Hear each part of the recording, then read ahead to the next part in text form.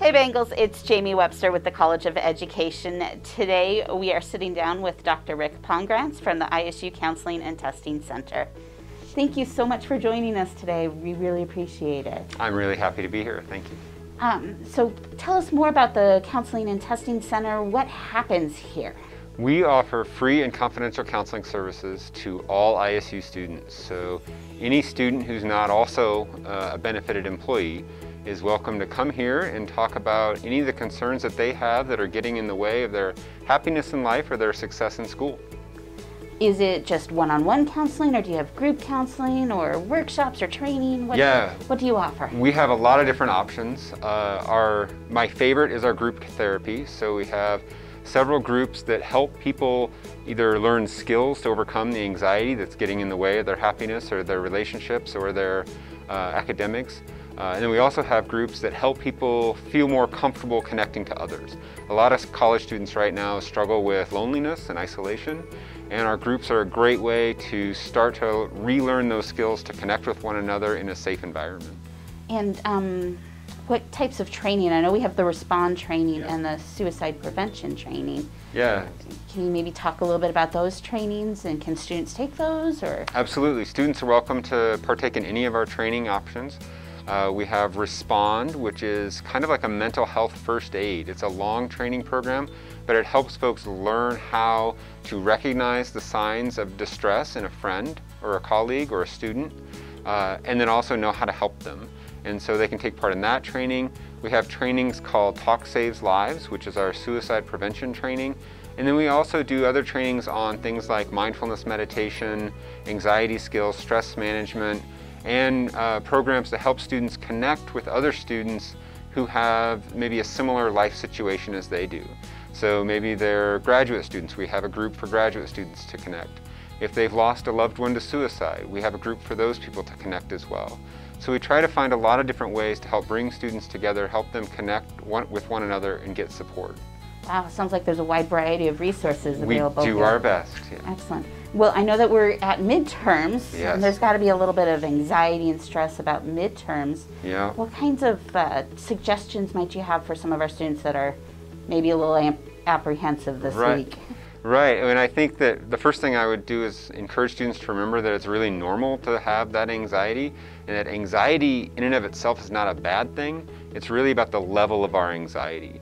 So if our anxiety is too high to where we're starting to forget things, that's something we want to do or that we want to look at to take some steps to lower that level of anxiety.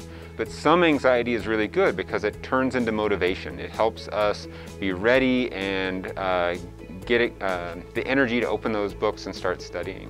What I'd like to remind students is that a lot of times when midterm hits and we get really nervous, we just dive into the books and study, and that we need to do that. We need to learn the material, but we also need to be taking care of those basic human needs, like eating healthy, making sure we're still getting sleep, hopefully about 7 to 9 hours a night, that we're still getting up and going for walks, moving our body.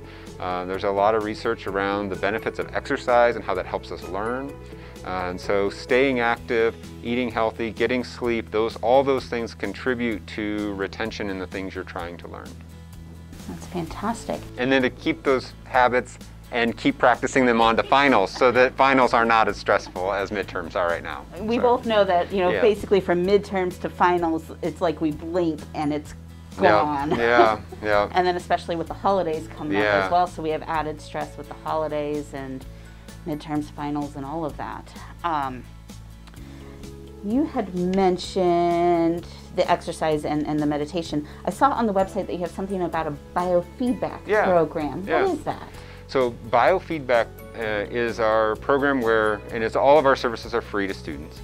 But Biofeedback, basically we attach sensors that don't hurt to our bodies to measure things like our heart rate variability, our sweat response, our temperature in our fingertips, things like that we know are correlated with a stress response.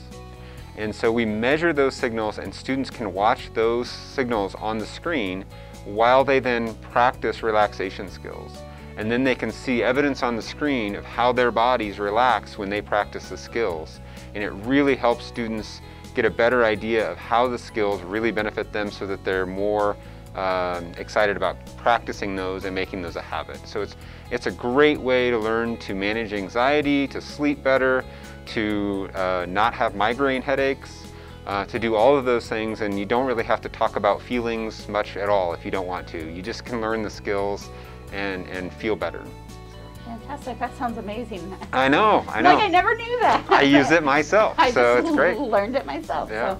So, and our students don't have to have a major issue to come see you guys. No. It could be, you know, the anxiety of the exams. It could be maybe they're having some relationship or friendship trouble or homesickness.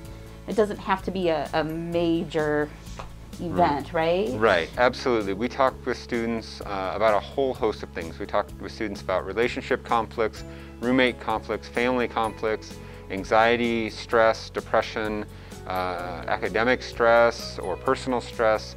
We talk to students about a whole host of different things, and our goal is to help understand where the student's coming from and then help them develop the skills and practice those skills in their lives so they can get back out and live happy, healthy lives. It's a great goal. I love it. We do our best. I love it.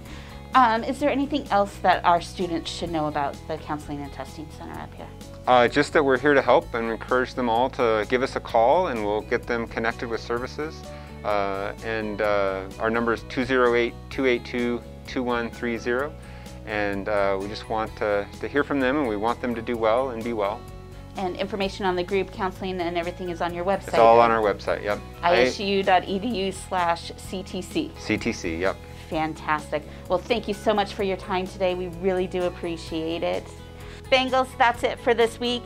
As always, we'd love to hear from you. So like, subscribe, share, comment, and we will talk with you next week.